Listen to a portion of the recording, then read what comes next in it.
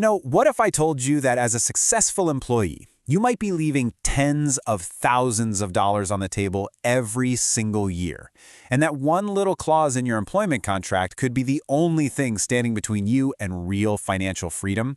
Well, today, we're going to talk all about that jump from employee to entrepreneur. We'll cover the surprising financial truths, the legal shields you need, and the hidden hurdles you've got to watch out for. Okay, let's dive right in. The first thing you've got to get your head around is this huge and often invisible financial gap between being a high-earning employee and being a successful business owner. And believe me, it is not as simple as just comparing salaries. So, let me just ask you this. If you're pulling in a great salary, say $250,000 a year, you feel like you're doing pretty well, right? But what if that's not the whole story? What if that six-figure salary is actually a bit of a financial illusion, and you're leaving a small fortune on the table year after year? Let's just look at the numbers, because this is where it gets really eye-opening. On the left, you've got a top employee with a $250K compensation package. After all the taxes, their take-home is around $132,000. Now, look to the right.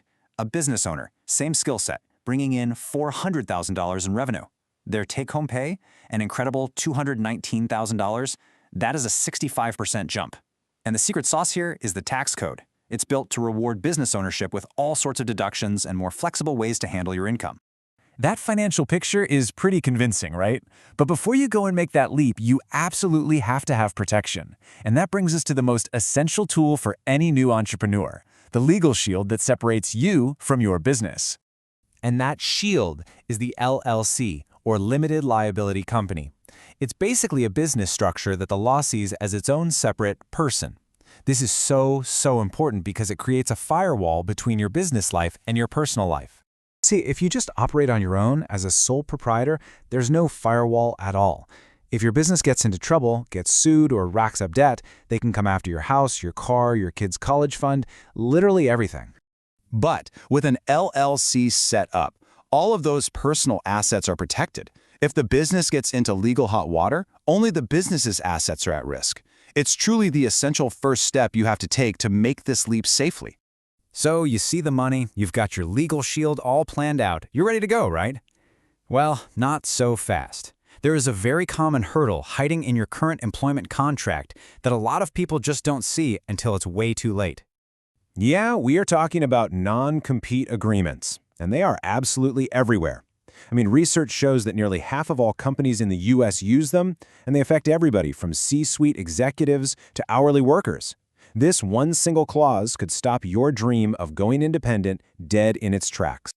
To really get how these agreements can be used and, let's be honest, abused, we're going to look at two real-world examples, a high-powered Amazon executive and, get this, a Jimmy John's sandwich maker. The difference between them is just wow.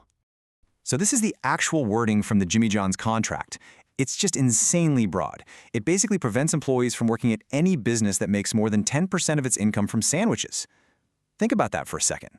That's not just another sub shop. That could be your local grocery store that has a deli counter. And this slide just shows you how absurd that gets in the real world. The agreement covered a 3-mile radius around any Jimmy John's. In a place like Chicago, that basically created a non-compete zone over almost the entire city, making it nearly impossible for a low-wage worker to find a similar job. Okay, so here's the kicker. Look at the difference between these two cases. The executive, they had high bargaining power, access to truly sensitive info, and negotiated an 18-month restriction. The sandwich maker, zero bargaining power, no access to any trade secrets, and was handed a longer 2-year restriction on a take-it-or-leave-it basis. The difference is just, it's stark. So this brings us to the really critical question. How do you know if your own non-compete is actually fair, or if it's just a tool to limit your options? Well, there's a simple framework you can use to figure it out. See, a fair and reasonable non-compete really lives where 3 core ideas meet: power, autonomy, and fairness. Let's break down what each of those actually means for you.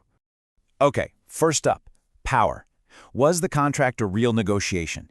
Did you have any ability to push back, to ask for changes, or get something in return, like more money? Or was it just presented to you as a non-negotiable part of the job? Second is autonomy. Were you treated like a respected partner here? Did they give you the contract when they gave you the job offer, giving you time to look it over, maybe even show it to a lawyer? Or did they spring it on you after you'd already said yes, leaving you with pretty much no choice? And finally, fairness. Do the restrictions actually make sense?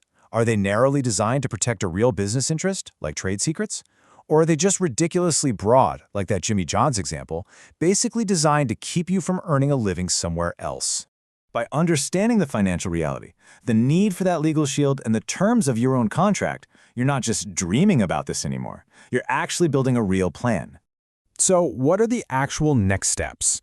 First, you got to run the numbers. See what your business could really look like compared to your salary now. Second, you have to dig up that employment contract and read every single word, especially any non-compete stuff. And third, and this is the most important one, talk to the pros. Get a lawyer to look at your contract and a financial advisor to help you map out the whole switch. Making this jump from employee to entrepreneur is one of the biggest moves you can make in your career. It's full of risk, for sure, but it's also packed with an incredible potential for freedom and financial reward. Armed with all this knowledge, you can now approach that decision with your eyes wide open. So the only question left is, what's your first step going to be?